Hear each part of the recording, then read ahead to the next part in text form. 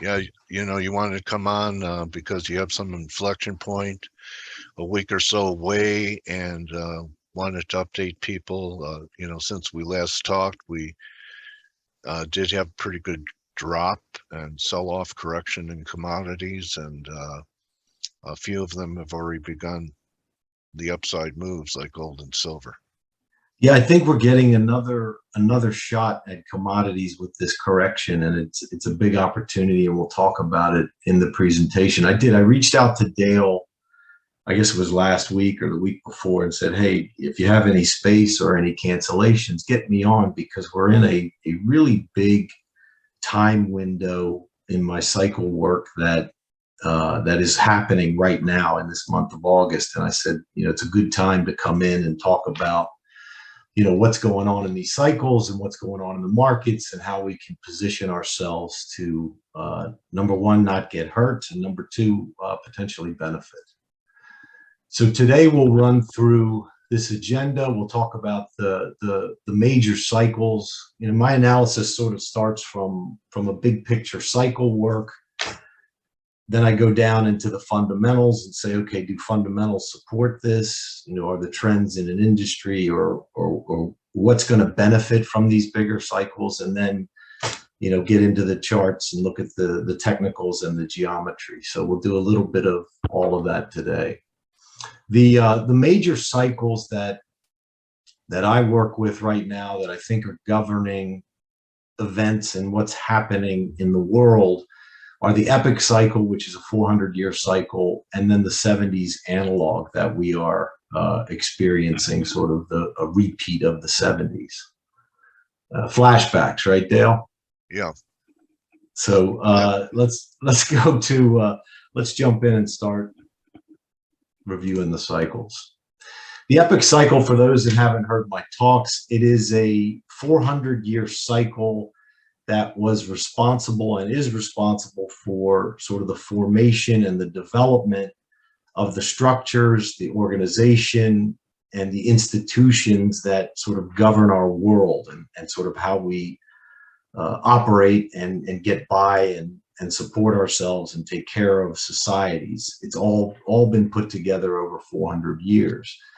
We're in the very end of that cycle, last 4 years, as a matter of fact. So, when you're talking about a 400-year cycle, 4 years is a tiny piece of it, but it's an important piece, because what's happening now is we're in a dissolution phase where people are losing confidence and trust and belief in organizations and structures that they once relied on, believed in, and depended on. You hear this term, the Great Reset. Well, my take on it is that this is what the Great Reset is. This is the real Great Reset. Is we are in the process of breaking down and dissolving these major organizations and structures. I mean, they're falling apart before our own eyes, and you can see it. And we'll go into the sort of the next slide, which talks about specific examples which everyone can relate to. The other thing, the new thing that I've sort of added to this is that we've really had a run of poor leadership, not just in this country, but around the world. And the poor leadership that we're experiencing is creating even more issues. It's creating fear and insecurity in people, and it's causing confusion, and you can see it every day. If we had better leaders, this transition may have been and may be more smooth, but we haven't had great leaders, so it's only exacerbated the problem.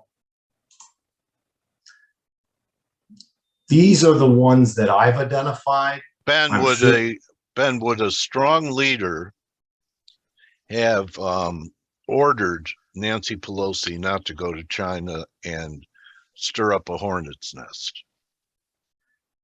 Dale, I don't really know. I'm kind of mixed about that. I think in a way it's good that she did it, because, we've sort of been in an asymmetrical war with China already, and she basically confronted them, which, again, depending on your politics or where you are in this thing, I don't think it was a bad thing.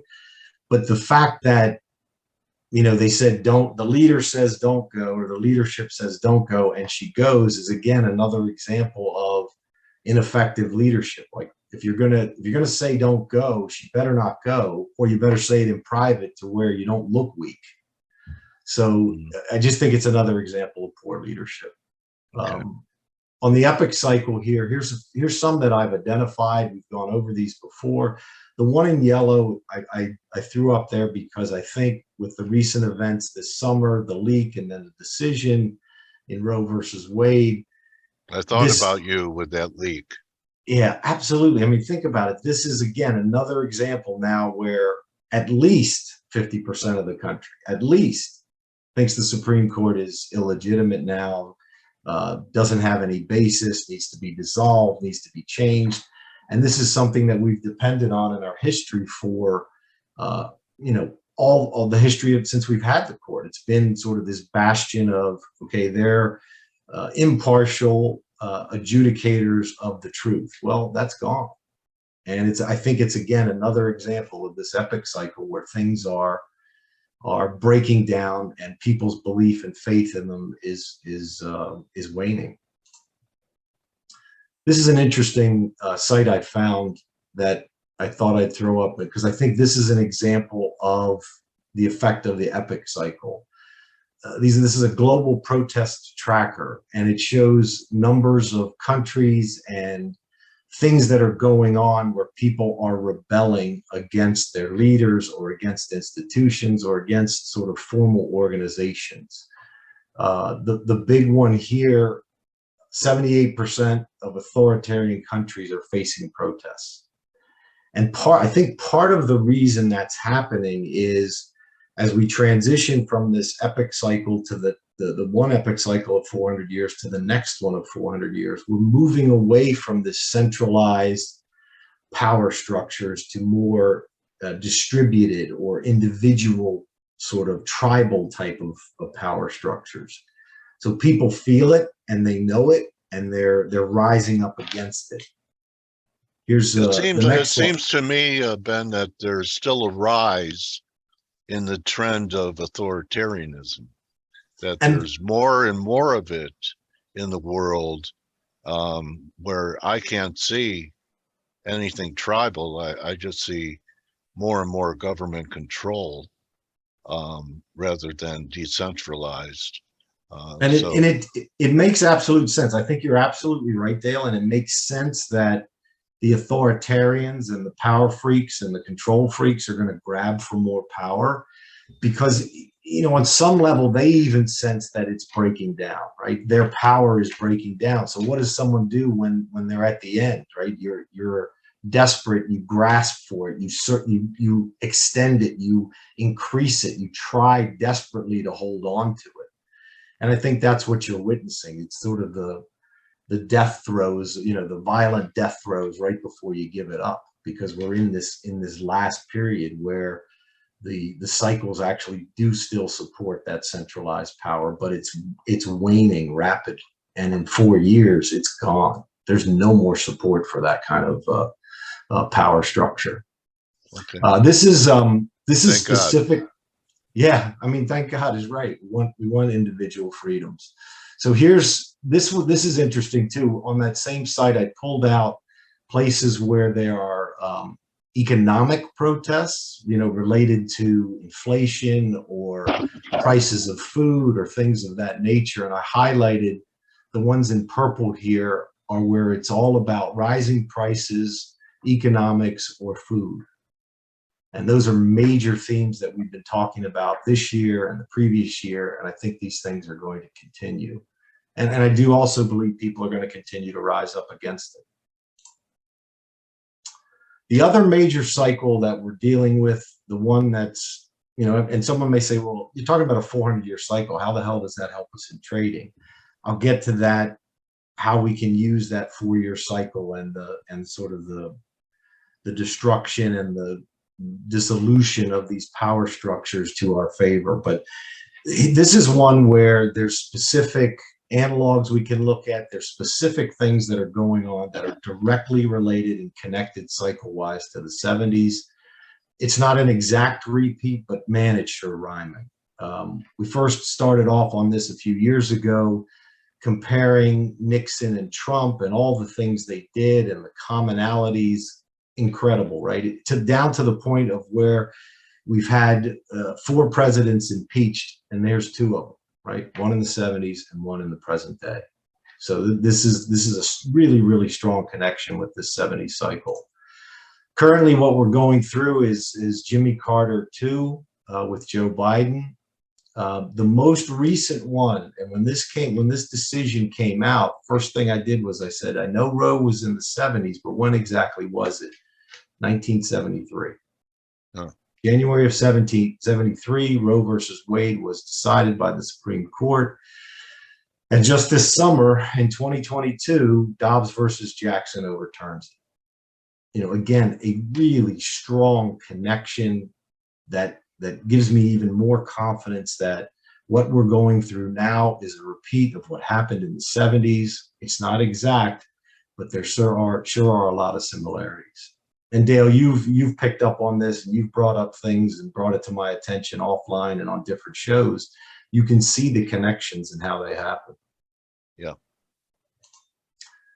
This is you even found monkeypox, which is crazy, right? Monkeypox first appeared in 1970, and now it's coming where in back Africa? Again. Where was it? The case first. I don't remember. I don't remember exactly what country it was, but it was in 1970 where it first appeared in humans. This is a new slide that I added, and a new connection. When the Roe versus Wade and Dobbs versus Jackson connection was made, I said, let's go back and look at what was happening around that time in the markets and sort of see if we're following any patterns or if there are any connections. The interesting thing here is I did make the connections. 72 was like 2021 with a strong up year in the markets. 73 has been like 2022 has been so far, where we've had a sharp down, a rally back, sort of distribution, the initial sort of growth shock that has come in. And 74 is connected with 2023. And as you can see on the chart here, 74 starts right in here. So my contention is, if we continue to follow this analog and the cycles that connect it, we're near a high. I think we can extend. I think we can extend, the high. I'm expecting the high in the next week or two, if it hasn't already come in. And then we're going to roll over and have the first sharp down move, which I'll show you the timing on the next slide, how they connect up. But we're looking at, this is what I'm calling sort of the recognition wave, or the terminal wave, where we're going to really start taking out levels and really start seeing some acceleration to the downside, have a little relief rally, and then here's the panic into the lows. And this analog, if you're looking at it, is from 1973 to October of 74, when we got that low. And here's the sort of the speculative timing I'm looking at for that. If that connection sticks, and I put this out in June. August 22 is when we're expecting the high, and it looks like we're getting it. It's going to come in here somewhere, probably higher than most people think, including you and Blake and all have talked about it. It's based on positioning. It's also based on they got to squeeze everybody and get you wrong-footed before they move in the proper direction that they really want. So, and I think that's what's happening here in the month of August. January of 23, I expect that first low, the sort of a swing low. Wasn't it Chris Carolyn that also had some type of cyclical low in January? I remember I was doing an interview, and you said, I think you were in the room, and you said, well, that's where I have my penultimate low. Do you remember that? I don't remember his swing there. I remember he had his low was in July of 23, so which is not far off from mine. Mine's in August. Oh, okay. All right. So, but I do think that was probably it then. Yeah. But this, this path is a speculative path, but I think it's one to watch. It looks like so far we're following it pretty well. Where if do we you make think the this. low will be in the S&P at the low? Have you ballparked it? Where you think? Yep. We're going to get to that. I got a couple slides for you on All that. right. So the one thing about, this talk is not going to be, all sunshines and giggles. I'm going to tell you exactly what the cycles are calling for and what we're looking for. And it's not good for the next sort of year and a half, 2 years. But the key thing I think that we have to look at is, if you protect your capital and if you invest it properly and you have the money at the lows, you're going to be in a position to create generational wealth for you and your family. I do have optimism for what is coming after we get through this bad spot. If you look at history, and again, connections to the 70s, we had Nixon, Carter, and Reagan. Reagan and that era and that time frame brought in sort of a renewal in America, and America became strong again. Business became good, the economy became good, and people in the country became wealthy. Right now, we've gone through Trump, Biden, and we don't know what's coming next. But we can have hope and we can have optimism that whatever system that comes out of this dissolution and this destruction that's happening now is going to be better. It's going to be better for everyone. And so that's the hope. Let's see how it plays out. But that's one of the things we're Is it looking going to at. be like that guy Klaus? You're going to own nothing and love it? No, I think the authoritarians like Schwab and the other power grabbers right now are going to lose. And I don't think they're going to lose because it's what I want. I mean, that is what I want, but that's not the reason why. I have to look at it objectively and say, they're trying to do things that are not going to be supported by a major cycle that governs, the entire globe.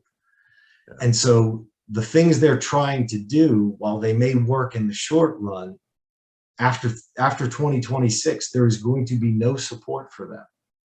They're going to crumble. They're going to fail. And probabilities favor that they're going to fail. And the business that we're in is the business of probabilities.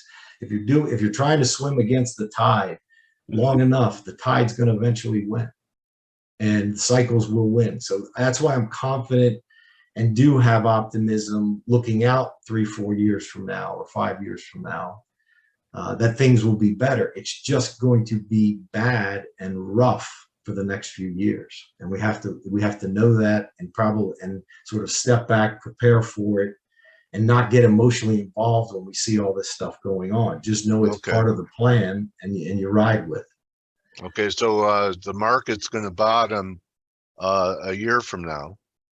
Approximately, yeah. Okay, that's what I'm looking for. Okay, but the Epoch cycle runs another 5. So even though the market's bottoming, there's still some things to be paid for.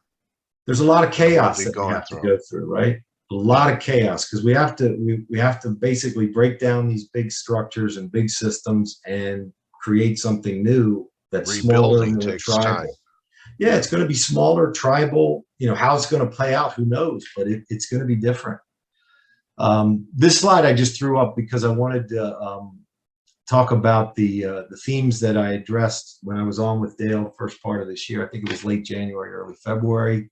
We talked about limitations and shortages. We've certainly seen that. The myth of eternal growth being shattered, that hasn't happened yet. But what I'm contending is that's going to be tied to the next leg down in the markets. Because what we've seen in the markets in this first leg down that we experienced was companies that weren't earning any money, had no prospect of earning any money, which were bid to the sky, have been crushed.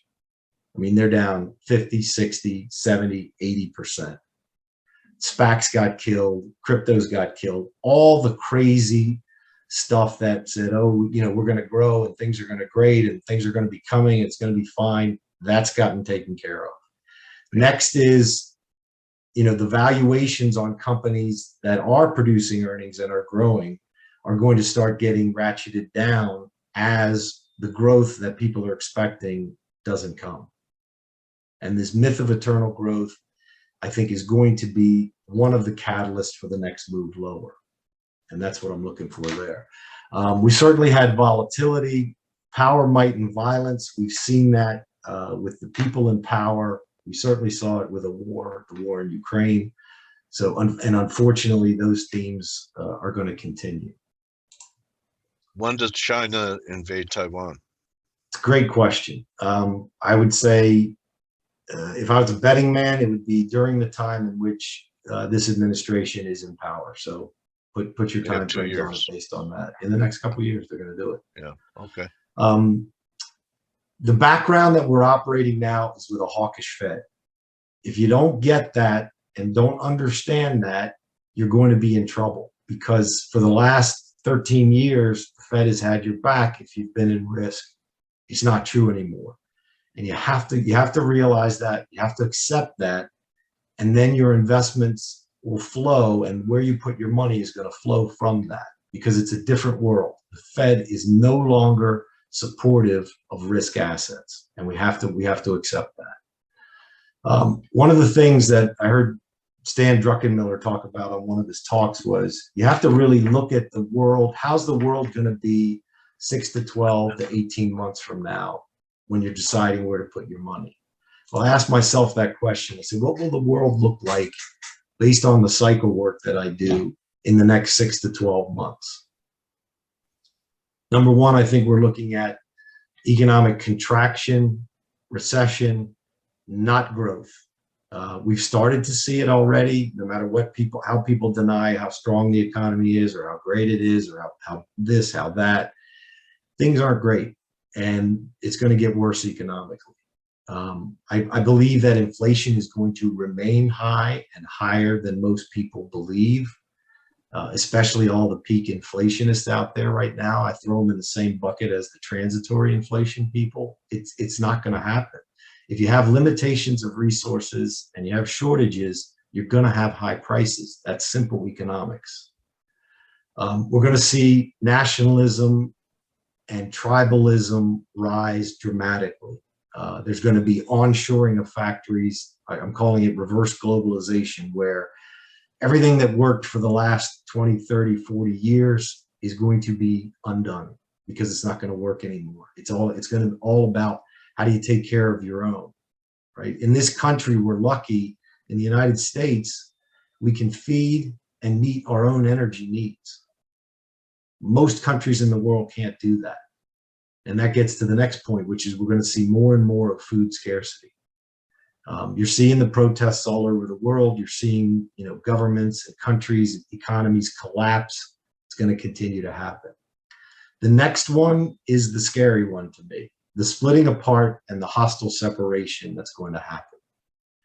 This is going to be both inside of countries and societies as well as outside. So what does that mean? That means we're going to have wars between countries, and we're going to have wars within countries.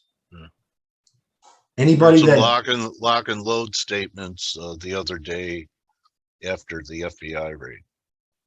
Yeah, I mean, it's that to me, while disturbing, I step back and I emotionally detach from it, and I just look at it and say, it's part of the cycle. This is part of this hostile separation. I hope our country can stay together. Is there a possibility that this country splits up? Absolutely. And it's something that, again, don't get emotionally involved. Just look at it like you're watching a movie, and position yourself and protect your family and prepare.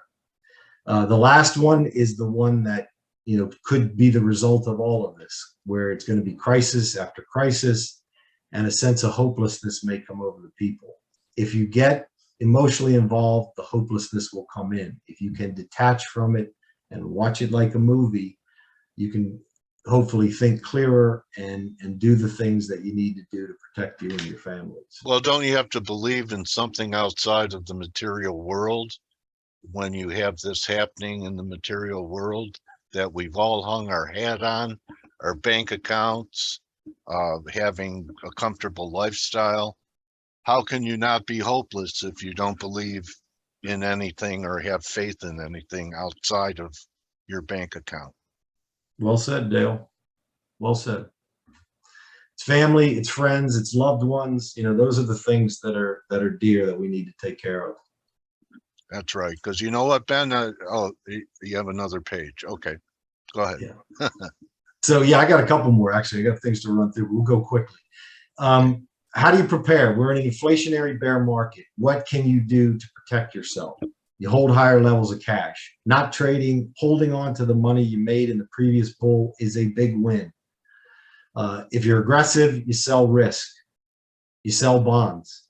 You buy real assets and commodities. The goal is to have cash and lots of it to buy the bargains that are always present at the bear market lows. And there's going to be generational wealth opportunities in this cycle. You just have to have the cash and be ready for it. You mentioned about price targets, Dale, and where things could go.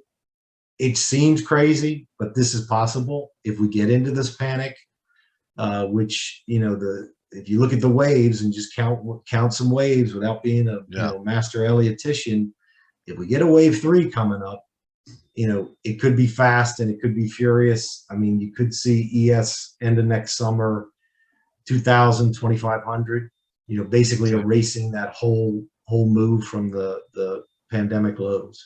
Yeah, and that would be where the trend line would come in off the low that you have. When was it? In 82 or whatever? I don't know how far back, but your lowest low and then the pandemic low and comes in. Yeah, connecting those. Yep. Yeah. I even heard Grantham said that because we have inflation, the market won't go as low because, as we discussed, nominally inflation boosts the price of stocks. So, right. It's as low in real terms, but in nominal terms, it's higher. Absolutely. I think, and remember, inflationary bear markets are the worst kind because not only do you have nominal losses, you get real losses as well. So you got to protect yourself and you got to be ready. NQs could be in the 5,800 to 5,000 range. What will gold do? What will gold do during this? Yeah, let's get to gold. Bonds, you want to sell bonds. The reason I wanted to put this chart up, it's not very often you get an interaction with a 40-year trend line, but there was at the low. Yeah. Held the first time, but it's just kind of, creating a little more air before it gets hit again. Yeah. I think bonds are going lower. 132 first. Yeah. Commodities and inflation, you want to own commodities. I've made that case for years now. I just put this there to let you know. Commodities versus stocks. If you don't know this by now, you got to get some help because one's at the high, the other's at the low. That's the time you want to rotate into them. Yeah. Commodities and recessions, we've seen a lot of talk and a lot of concern about, commodities are going to get killed because demand's going to go down. This particular chart shows that, once a recession comes, commodities can actually rally and rally strongly. The initial rally causes a recession, but then once you're in a recession or slightly after the recession, commodities can rally pretty strongly. I think we're in the third inning of the commodity ballgame, if you want the baseball analogy. I think there's much more to come. I have been contending we had an energy crisis in the 70s. We're going to go through, and we are going through, the second version of that energy crisis. There's supply and demand reasons in addition to cycle reasons. There's crude, the pullback on crude. If you look at the chart and the geometry, we pulled right back to an important support level. If that gives away, 74, 75 could be next support, but I believe you're going to see much higher prices in crude in this cycle. Nat gas is something, I've been all over. This thing's been, you know how this thing moves. Yeah. We went from 10 to the 5s again, but pulled right back into support. I mean, look at your long-term support on this line here. So nat gas, I think, is bullish longer term. Yes. A couple more I want to cover. There's gold. So gold is one of the commodities that everybody's been frustrated with, but look at how it's corrected for the last 2 years. That's a sideways consolidation. Yeah. It didn't get crushed like some of the commodities did that I'm going to show you, in the next couple slides. So I think gold is really, really bullish. Is there a potential clean out move to clear out that triple bottom? Maybe grab some stops, but this thing's going to be much, much higher. Because remember, gold and silver, while they do well in inflation, inflation is not the big thing. They're a vote of confidence in the powers that be. And we've talked about how am I going to connect the Epoch cycle to making an investment.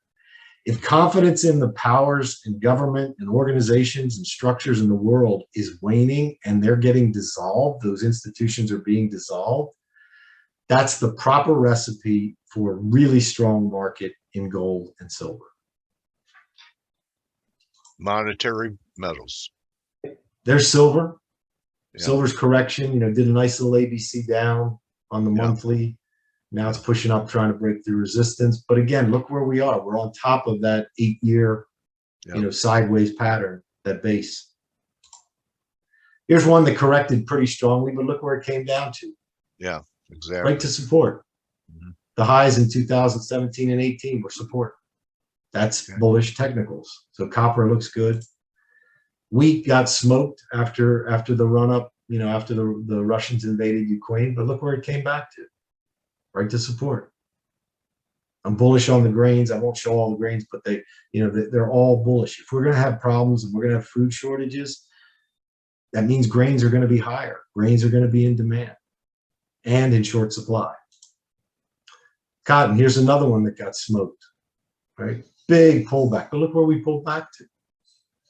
The highs in 2013, 2014, the highs in 2018, right on support. I think there's a good opportunity in cotton setting up again. In coffee, here's another one a lot like gold. Look at the correction here. It's been a year and a half, but it's basically a sideways correction, a nice little bull flag. This to me looks like it's setting up for the next move higher. Okay. So commodities, I think we've gotten our second shot here, you know, after, you know, took 2020 getting in them, or 2019 if you got in them and you had the big run up. We've had corrections. We've had, you know, sloppy price action. You know, I don't know if it's going to happen today, next week, next month, next year, but the next move up in commodities is coming, and I think it's sooner rather than later. And that's all I got for you today, Dale. This is just a little YouTube site where we do some videos for people to watch, and then there's my my Twitter handle if you want to follow. And Ben went to Wharton. Yeah, many moons ago, but yes. Yeah, so he, you know, he's a pretty smart guy.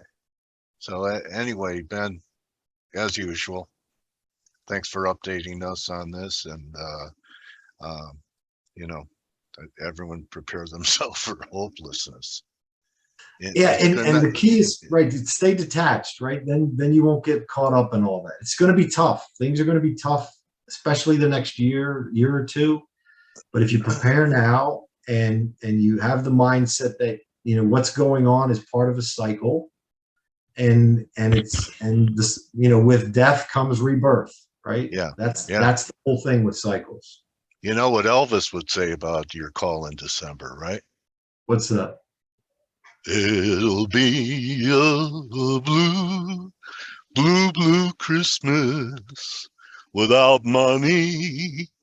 I'll be so broke, it won't even be funny. I'll have the blues every day, 'cause I've lost all my pay, and I'll have a blue Christmas. Well done, Dale. Anyway, so that's what we have to look forward to, a blue Christmas. Thank you very much, Ben. You're my brother, man. I appreciate it, Dale. Really glad we got to got to know each other, and thanks for edifying our community and, you know, getting them ready. Yeah, thanks to Blake and everybody at F.A.C.E for all the great content and information you provide. You're helping a lot of people, and that's really cool.